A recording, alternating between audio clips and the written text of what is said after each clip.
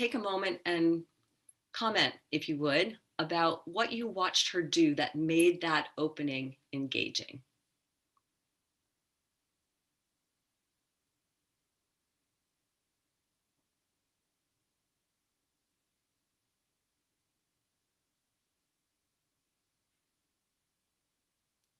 She related it to humans. Absolutely. Tied it to current events, held up a prop. Yes. Showing people something catches their attention. Fundamentally, what you want to do is something that people aren't going to expect, because that's going to get them to pay attention. And the beauty of that 30 seconds is that when you take the stage, when you're the rectangle in the room that everybody's looking at and you've suddenly become big on the screen, all eyes are on you. So it's your moment of opportunity. Don't forget to seize it.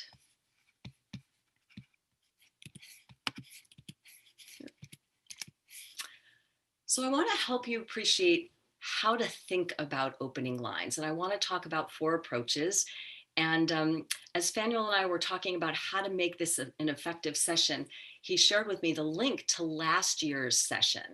So I got a chance to watch the presentations. They were 10 minutes long. And the very last one, yes, I stayed till the very end.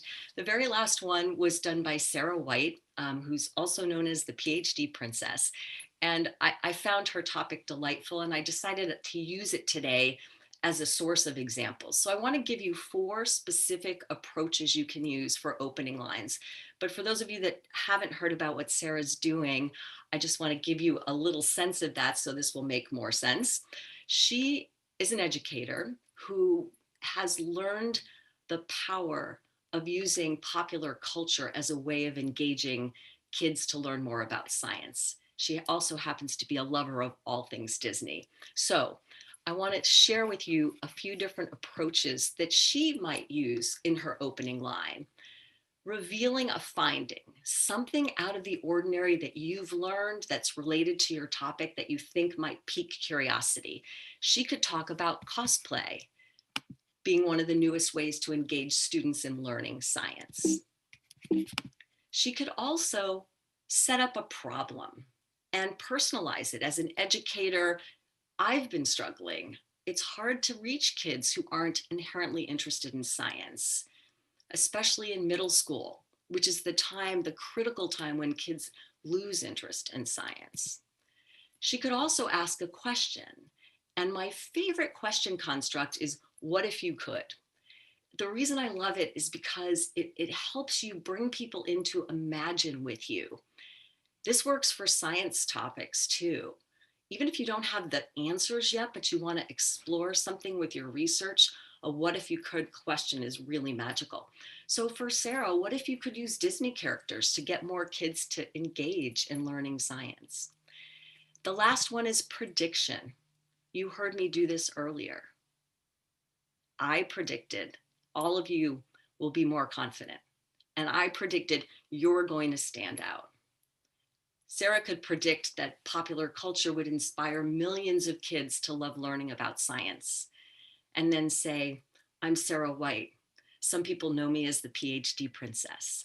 So that's what I mean by thinking about your opening. It's not something you just instantly get. It's something that takes time. And the more you know about the people listening to you, the more you can create an engaging opening that connects people. There's a saying that people won't care about what you have to say until they know you care about them. And that's part of what you want to convey in your opening. So instant engagement. Pay attention to your opening lines. And for those of you who are in cohort 5, that's what we're going to be working on. You have an assignment. You'll be getting a set of handouts from the talk today that have this information, and along with it, some other background and material you'll find useful to help you prepare for when we get together on the 11th. And that's when we're going to be running through your openings and doing a little bit of workshopping to help you all be at your best for the 15th. So instant engagement. One of the ways to be a more compelling speaker is to appreciate the power of thinking about emotion. And most scientists don't spend a lot of time thinking about emotion. But Chris Volpe does. Chris is the founder of Science Counts, an organization that helps advance and promote science.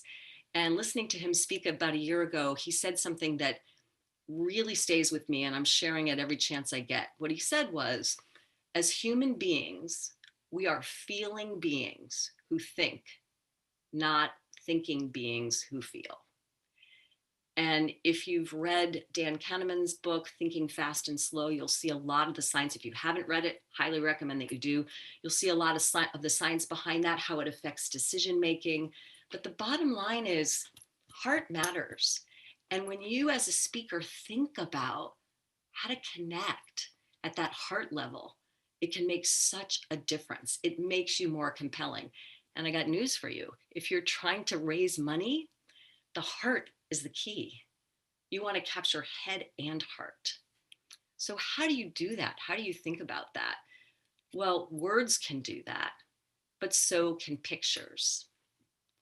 When you look at that picture, because it's full screen, because it's really engaging, it begins to evoke a feeling. So, for those of you who can chat with me, what does that picture make you feel? Drop a note in the chat and let me know. What does that picture make you feel? Oh, Sarah, you're here. Fantastic. I can't wait to meet you in person.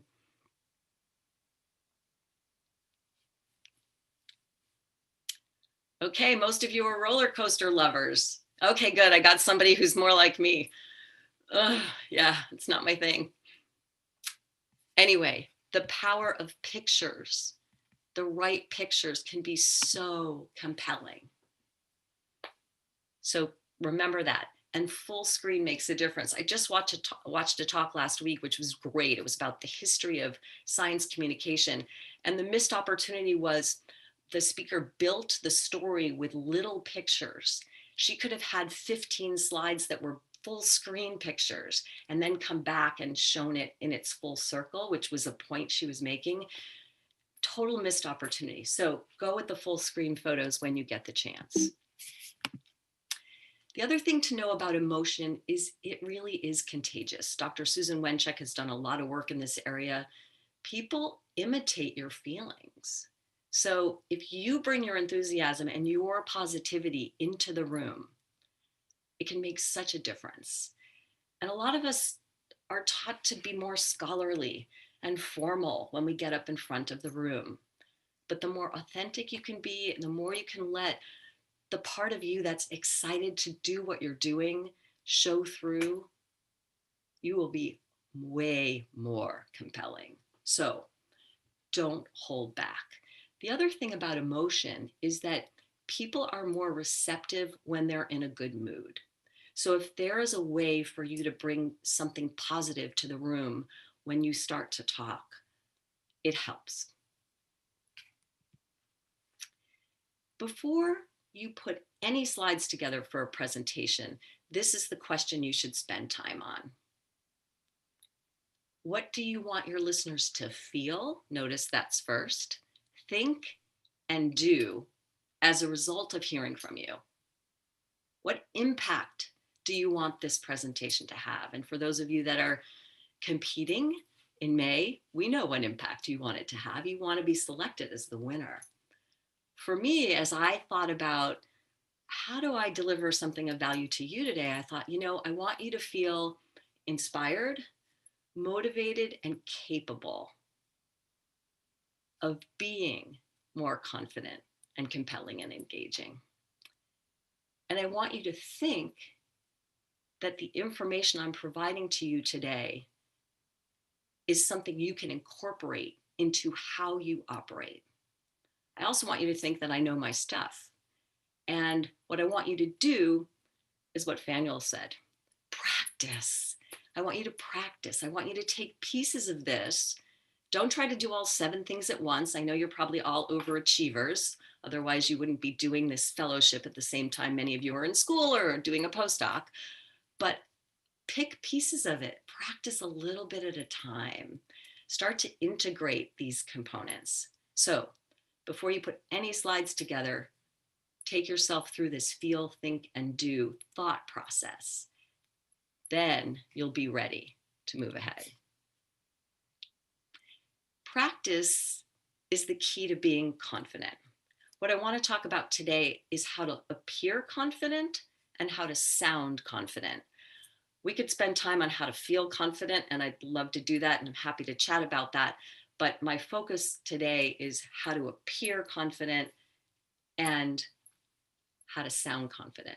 So let me ask again in chat if you'd say, what to you makes someone appear confident? What is it that you want to see from somebody who's showing up confidently?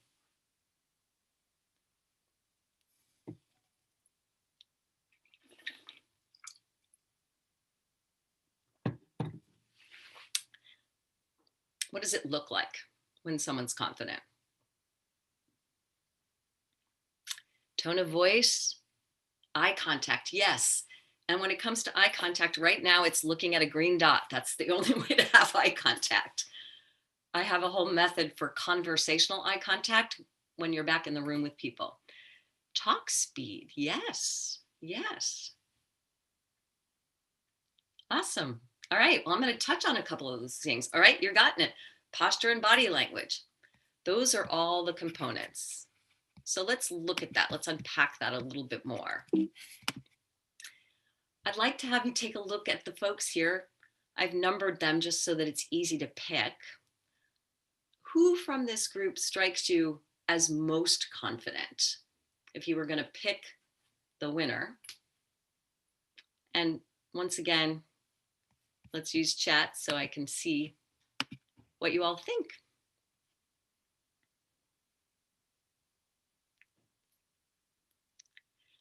Yeah, pretty resounding number 5.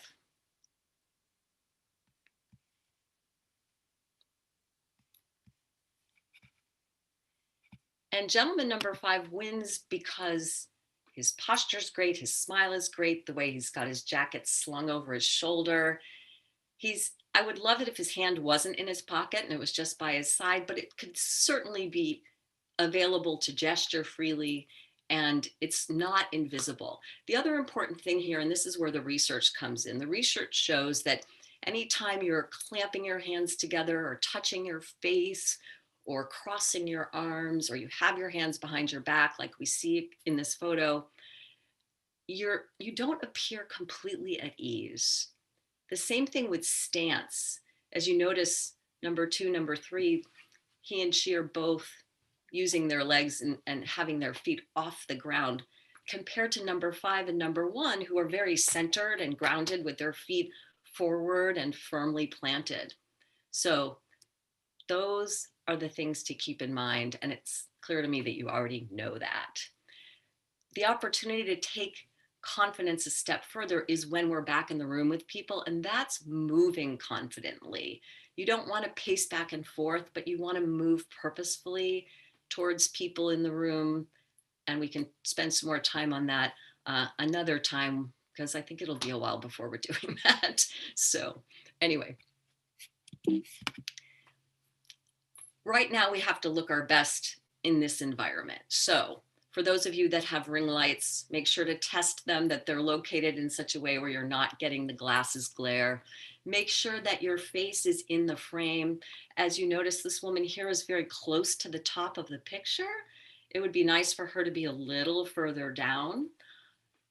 You want yours to be as centered as you can be in the picture, but you want to be far enough back that you can be natural and use your hands and gesture and move.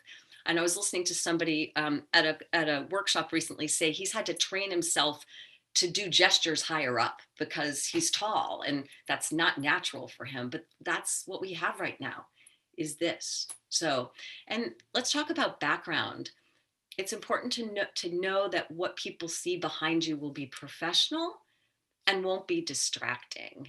And I like the alternate backgrounds, but every now and then the virtual backgrounds get a little strange. And my husband tells the story of one of his colleagues who bent down to get something, and they saw his unmade bed behind him. So just know, if you're using a virtual background, that if you move a lot, it can shift on you and reveal what's behind you. So the make your bed rule. I want to share with you, and I will be, like I said, providing a handout to the fellows, an article that I just came across on confidence and posture. And I want to talk about this for a minute because I think it's important. Physiologically, they're starting to recognize that correct spinal alignment really has an effect on your body overall because of thyroid function and hormone release and brain activity. And so, they're associating it with mood and positivity. So sitting up straight has benefits that really accrue to confidence.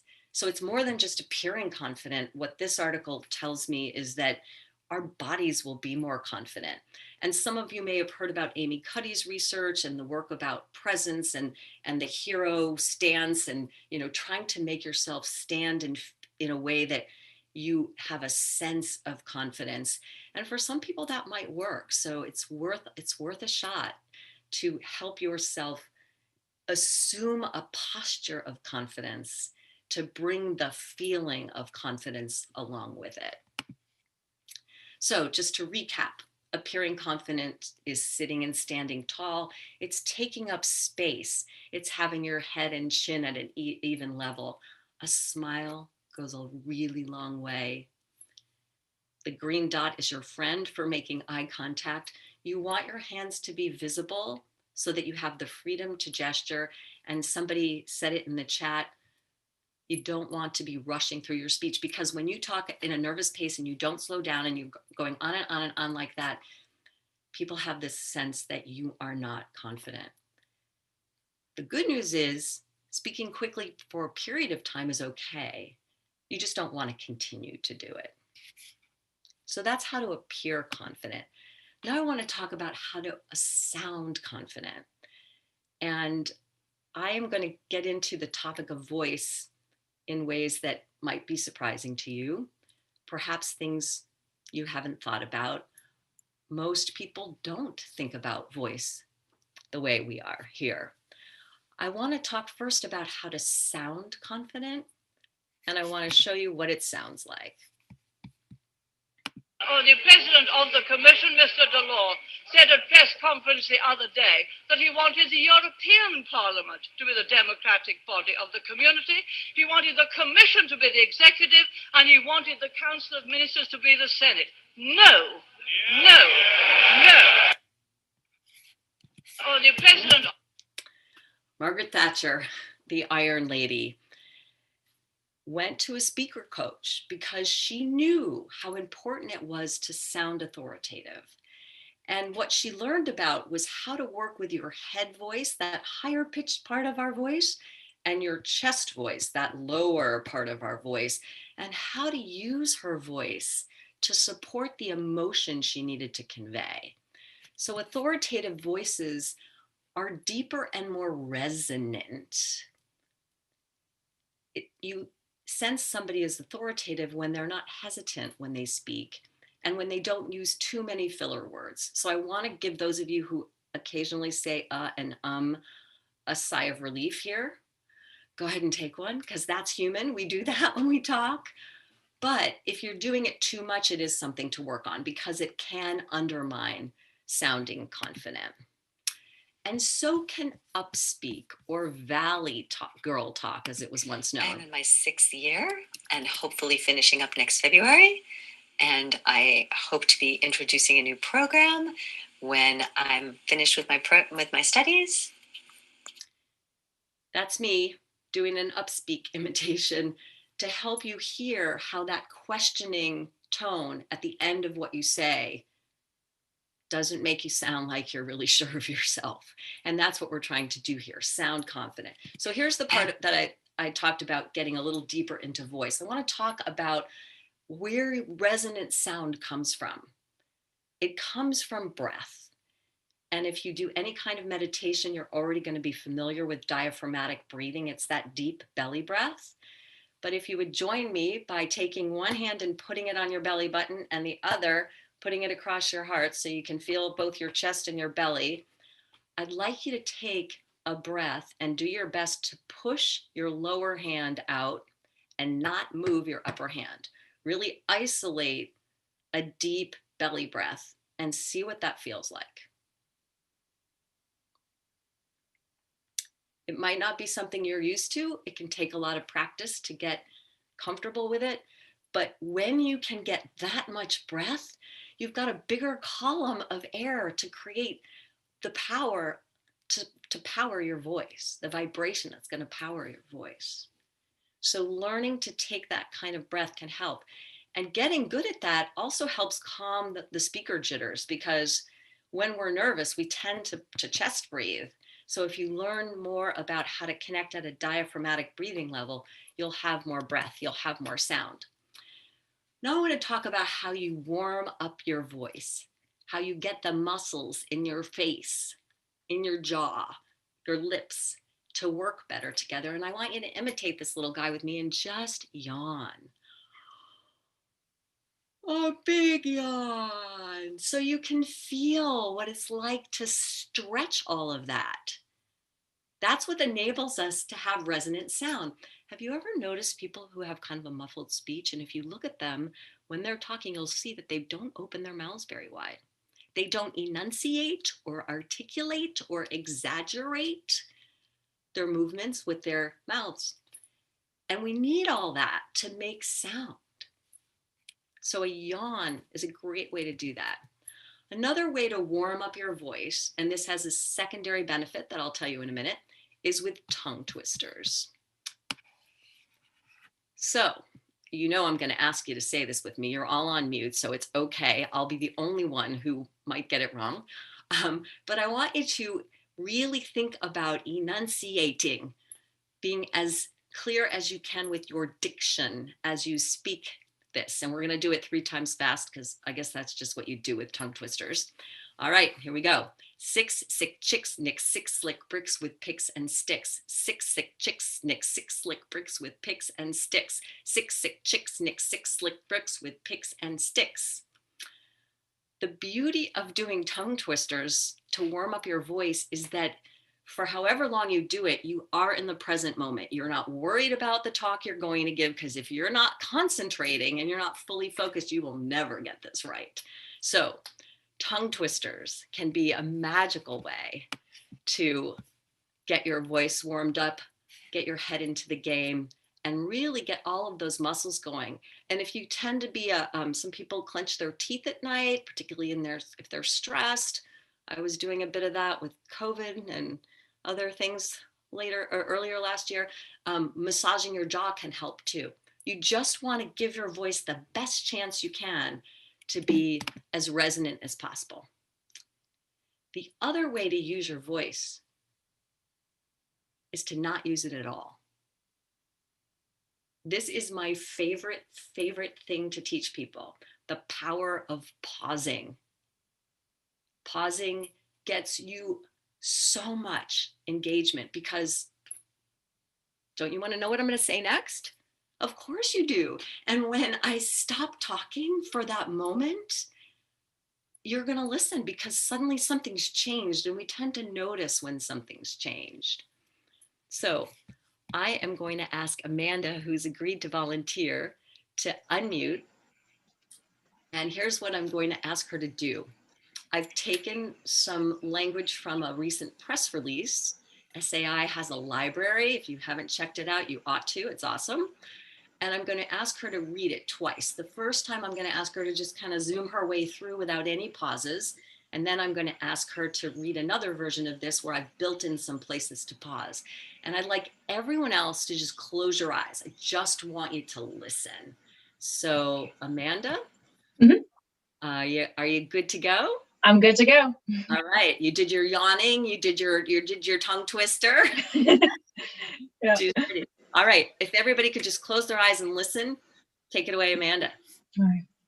The Expanding STEM Advocacy Institute Library recently opened its digital doors in an effort to organize and provide access to the growing number of publications and reports on science communication, engagement, and policy. The library is part of SAI's strategic goals of promoting excellence in research, teaching, and program development, strengthening the support of SAI community, and engaging external stakeholders. The SAI library is committed to curating and including diverse authors and publications from around the world. Okay, one more time. The expanding STEM Advocacy Institute Library recently opened its digital doors in an effort to organize and provide access to the growing number of publications and reports on science communication, engagement, and policy. The library is part of SAI's strategic goals of promoting excellence in research, teaching, and program development, strengthening the support of the SAI community, and engaging external stakeholders. The SAI library is committed to curating and including diverse authors and publications from around the world. All right, thank you. You can hear the difference when people pause.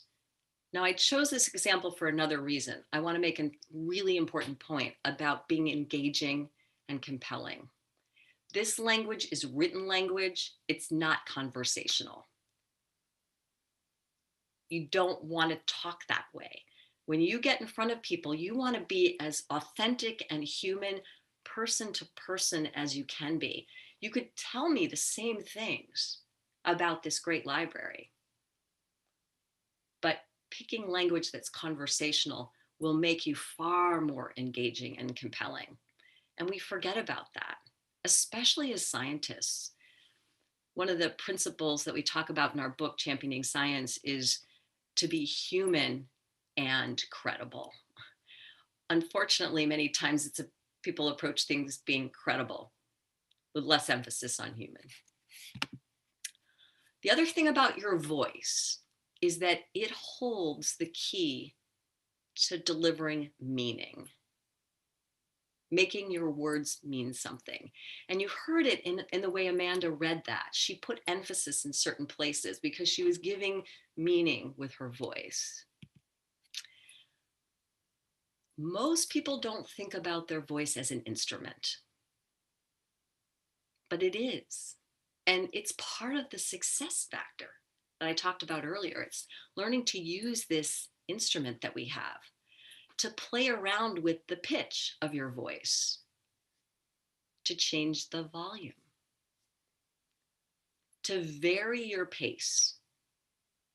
If you talk too fast or too slow or at the same speed, you've got issues. You're going to alienate people. They're not going to want to listen to you. But if you're excited about something or you pick up your pace to reinforce something that is meaningful, that helps. And then if you slow back down, if you give people variety, you know it's the spice of life. They say that, right? Well, it's really true when you're communicating, when you're speaking. And I think of my voice as an instrument because I sing. It's my hobby. I am part of a group of amazing women called the Stay at Home Moms. And the last time we were able to do an in-person thing was in 2019, but we had just this amazing experience at retirement homes. And Leslie Noel, the blonde with the endless hair, is our fearless leader. She runs an organization called the Peter Pan Foundation. They do tremendous things with kids and philanthropy and music and theater. And I can't even begin to tell you how much joy I get from being part of this. But as a singer, I warm up my voice, and I want to share with you another fun warm up that I'd like you to play around with everybody on mute. First, I'll let you listen to it. It starts with making a sound you might have made when you were playing with trucks and cars as a little kid. But that warms up your lips and gets you going. And the other sound she's making is what's known as a siren. And I'll say more about that in a minute. Take a listen. We're going to do a few of those. And some sirens.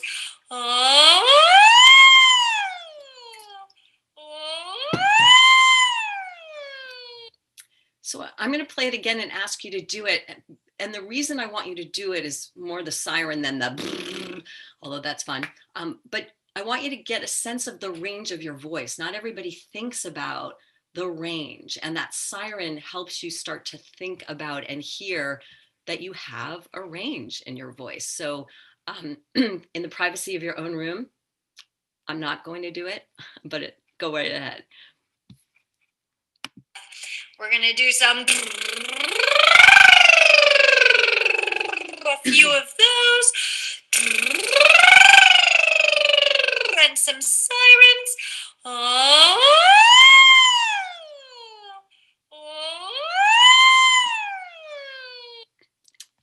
All right. Warming up your voice makes a difference. Getting yourself ready to speak and enunciate is really important. And I want to make a further point about meaning. Where you put emphasis can really change how people hear and understand what you're talking about. So I'm going to take us through this quickly rather than try to engage all of you, but I just want you to, again, close your eyes and listen as I walk through 8 versions of this sentence. I didn't understand why she didn't love science. I didn't understand why she didn't love science. I didn't understand why she didn't love science. I didn't understand why she didn't love science. I didn't understand why she didn't love science. I didn't understand why she didn't love science. I didn't understand why she didn't love science. I didn't understand why she didn't love science. Emphasis matters. And when you want to have impact, when you want to be compelling and you want to engage people, as you're practicing your talk, think about what are the words? Where are the ones that matter the most that I need to put emphasis on?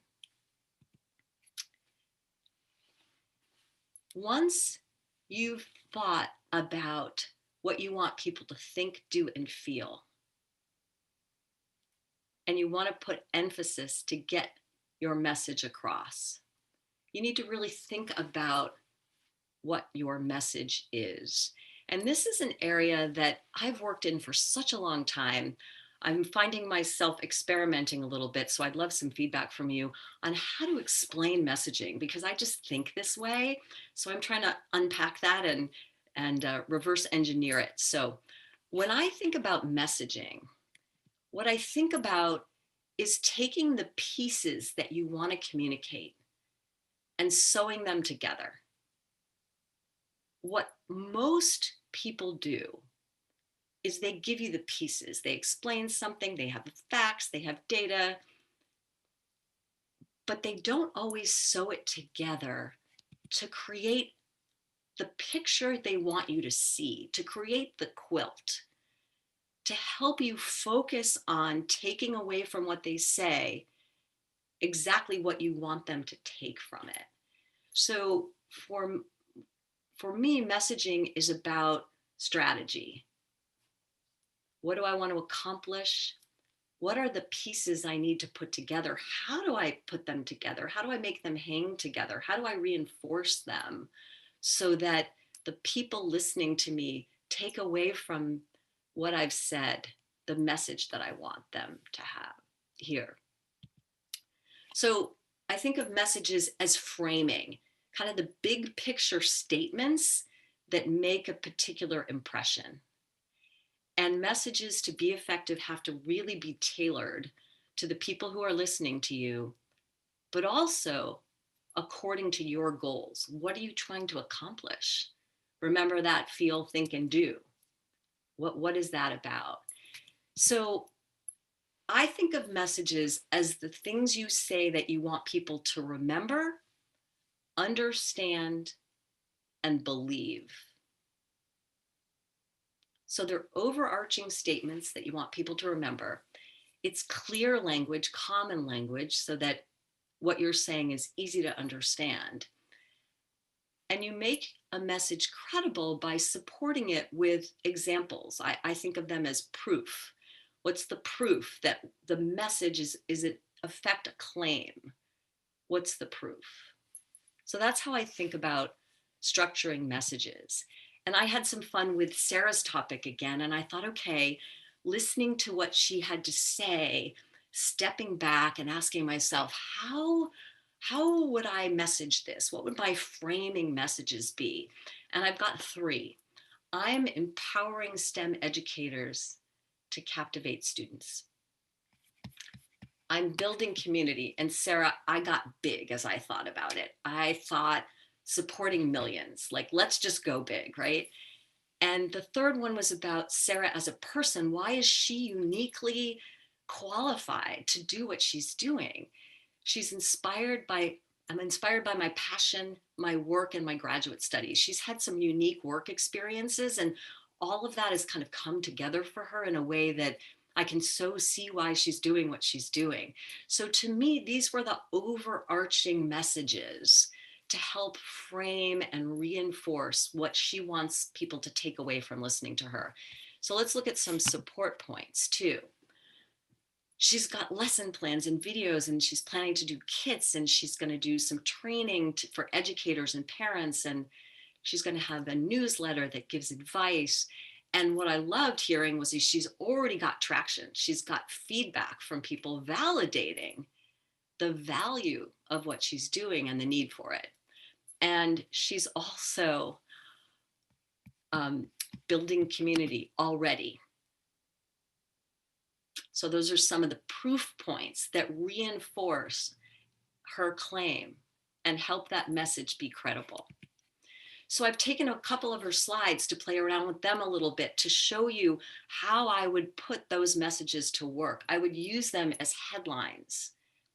And I might add to this slide, shift it a little bit so that it had some of those other key points in it. Building community to support millions. Then she can show you her Instagram page and the fact that she's got 1,400 followers.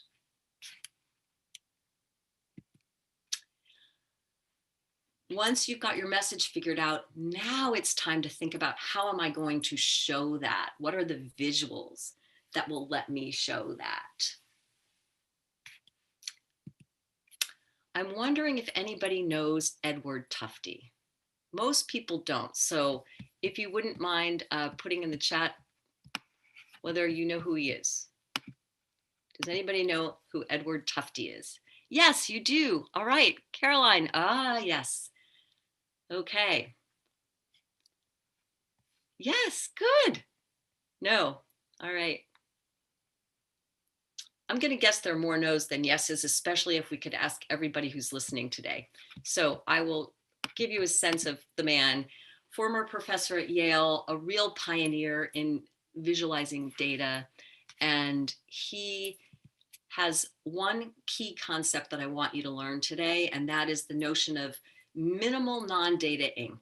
And what that means is if you put something on the slide, it has to be essential for communicating the message of that slide. What he says is strip away everything else that's just going to be something else to look at and potentially distracting. So that's what minimal non-data ink is about. Tufte would cringe over this slide.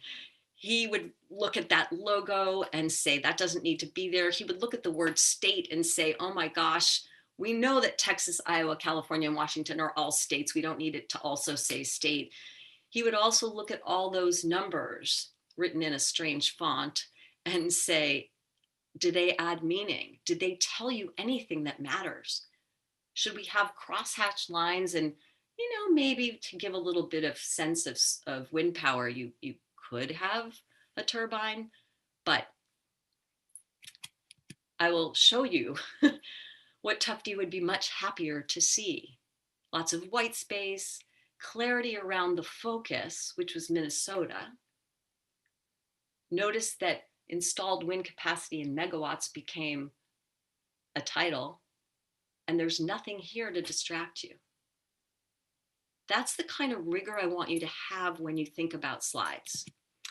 Here's another example of how to make sure you continue to compel and engage people. Don't put up something small that you pulled out of Excel that's almost impossible to read. Make it big, make it meaningful. Use color to highlight what you want people to look at. And better still, put a box around it. I want to give you one more similar example. I just met a woman from a conference a week ago, and she let me know she was giving a talk. So we got together and I was giving her a little bit of coaching. And this was a slide that she had. And we talked about the Tufte principle. She evolved it to this slide so that it had more of a message. And then she took it one step further because she realized that there really wasn't a lot of value in having the legend.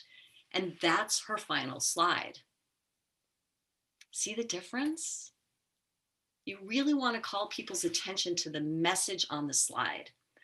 One message per slide. You saw me do that today. I covered a lot of different ground. And I'll admit to you, there was a point at which I had the yawn and the siren and the tongue twister in little spots on the slide. And I thought to myself, wait a second, you better practice what you preach. So I went ahead and changed that.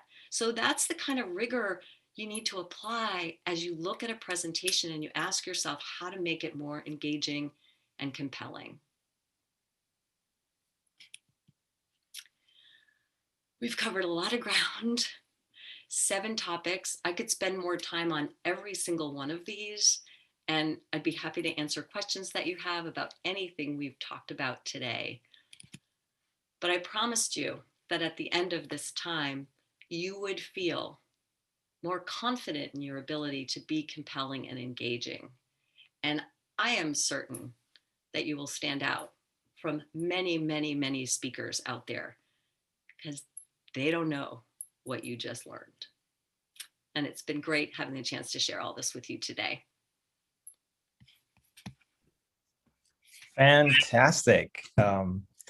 Amy, thank you so much for those insights. And I think the key words again are practice, practice, practice.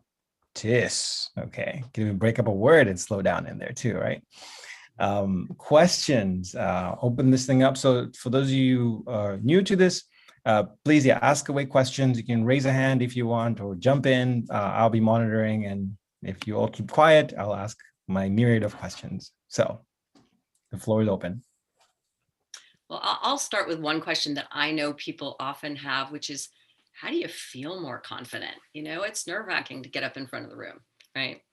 And I have a couple pieces of advice. The first is, think about what you're communicating as the story you want to tell, because it's easier to remember stories. And if you structure your presentation and you take more of a story approach, it's easier to internalize. It's easier to feel it and know it. And when you know it and own it, it helps you be more confident. And back to practice, if you don't already know this trick, you can print your slides out 9 up so that you've got lots of white space around them. And I leave myself a couple of rounds of this and I make notes on it with the key words that I want to remember to say. And then I use it as my study guide. I happen to be a very visual learner, so it works really well for me. But I think of this as a presentation map. And then I know my flow. The other thing I do is I think about, how am I going to get from one point to the next? What are the transitions? And once I've worked through all of that, it gives me so much more confidence because I don't have to wonder where I'm going. I know. So those are my tips. And the other thing I'd say is embrace the nerves. It's energy. It lets you gesture more, bring out your enthusiasm. Don't try to suppress them, because that's like telling the dog not to chase the squirrel. You know, you don't want to do that. You don't hold it in. You want to let yourself use your breath, use your hands, be bigger, and tap into that energy instead of feeling nervous. That's great. Questions? Oh, I'm just looking at Rosario's comment. That's awesome. I'm so glad. Yeah, John, you want to go ahead? Oh yeah. Thank you very much, Amy. That was really great.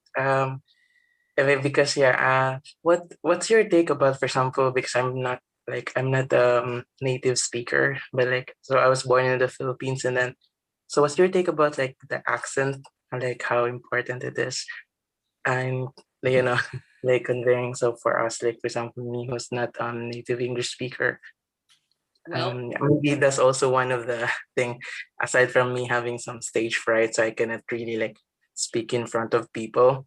But it's kind of like different when I sing on stage. So like that's the time I become confident when I sing on stage. But like speaking like presentations, I tend to get then to become nervous and stuff. But yeah, totally understandable. A couple of things. First, what's important is making sure you pronounce words clearly. So it's okay to not be a native English speaker. It's okay to be you. That's what we want. We want to hear from you. If you can practice so that you pronounce things clearly, your accent won't matter. What trips people up is when their diction isn't clear and people aren't sure what they said, or they pronounce a word in a way that native English speakers aren't sure what you've said. So I'm working with a student right now who is from Iran, and she's talking about methods. And instead of saying methods with that TH and the D, she says method, method. And the first time I heard her say it, I had to think about what is she saying? So what you can do is ask a native English speaker to listen to you practice and to pick those words that they're not clear about. And if you find out what they are and how to pronounce them properly, you'll be fine. You'll be just fine. thank you very much. Sure. And I want to say one other thing. If you have the confidence to get up and sing, you've got to tap into that. You've got to feel like you're getting up to sing when you speak. And Yeah, remember, you're sorry. uh, I agree with the nerves as well because once like once I step on stage, it's like I get so like anxious and nervous. But the time the moment I utter the first line of the song, I tend to forget that there are people in front and like I Yeah. just finish the song and then that's it. Absolutely. The other trick, Fanuel and I were talking about this, is just imagine you're having a conversation with one person, because we're all more at ease when we're doing that instead of noticing who's on stage. And then the last point I would make is that be careful of your self-talk. It's really easy to go, oh, I'm so nervous, I'm so nervous, I'm so nervous. That's not going to help. Just think about the chemical response to those words. How about, I'm really excited. This is a big deal. Today's an opportunity for me. Wow. So play a little head game and shift what you tell yourself, because that can help with the physiological response that you're having. Thank you. Thank you. Sure. Nice to meet you, fellow singer. Nice to meet you. yeah, I'm just reading some comments from the chats. This was great. I have to practice from Naisha as well. Thank you. I love the concept from Gabriella of reverse engineering your talk, breaking it down from the reverse. Yeah, I think the key message is practice. You just have to practice this. And for the fellows, again, your pitches are 5 minutes, right? It's really short. So even more imperative that you really have to practice. And for those of you who are wondering, like, what's the utility of all this? Is not only just for presentations. When you're talking to potential funders, right, to sponsors, they're gonna be paying attention to the same things that Amy just went over. How you look, how you speak, how you communicating the different messages. I think that's really critical that you do that. So, okay, I'm gonna read, there's a hand raised and then there's a comment. So I'll go with the hand first, Claire, then Naisha. Claire, go ahead. Hey, can everyone hear me all right? Mm-hmm. Yes. Okay. Yes, so my question is you're telling us to practice, practice, practice, and I was wondering if we are giving one, let's say 10 to 15 minute talk, about how much time should we spend practicing for that talk? It's going to vary depending on who you are and how connected to your information you are. So it's hard for me to tell you how much time, but what I will tell you is the intervals that I think are important. I think you need to finalize what you want to talk about, what you want to say, at least 3 days before you give your talk. Don't be making changes up to the last minute. God, I had a CEO who did that. It made me just crazy. He was constantly changing. So finalize it 3 days early. Then make yourself one of these presentation maps, 9 up, and write out the key message points for your slides and your transitions. The process of writing it down helps to embed it in your head. Then I highly recommend you review it right before you fall asleep. And I know that may sound like not good advice because you might not sleep after that. But the reason I recommend that is that if you put it into your head just before you fall asleep, your subconscious mind gets to play with it, and that helps internalize it. So I tend to do that 2 days before, 1 day before, depending upon the nature of the talk. And then I will get on my treadmill and practice, because moving and practicing also helps embed it in your body.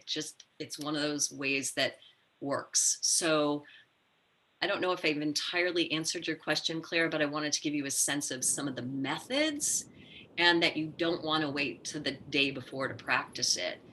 And if it's a 10-minute talk, I would say, you at least want to run through it and feel like you've got the flow down solid at least 4 times. I think that's a good number for a 10-minute talk.